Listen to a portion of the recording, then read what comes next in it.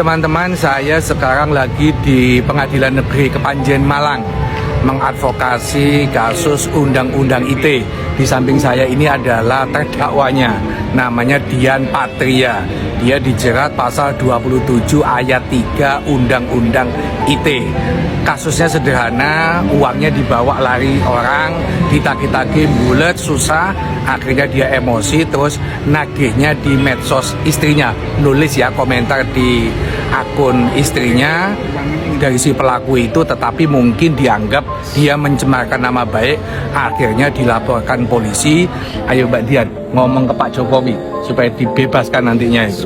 Pak Jokowi, saya minta keadilan atas kasus saya karena saya menagih hutang berkali-kali tapi tidak ada itikat baik. Akhirnya saya menagih di sosmed istrinya dan justru saya yang diadili dan dilaporkan Undang-Undang ITE.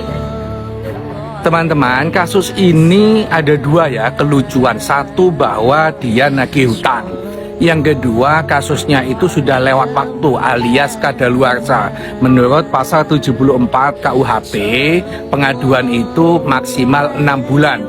Tetapi dalam kasus ini 1 tahun kemudian baru dilaporkan. Ini yang kita perjuangkan supaya Mbak Dian ini bisa bebas dari jeratan hukum.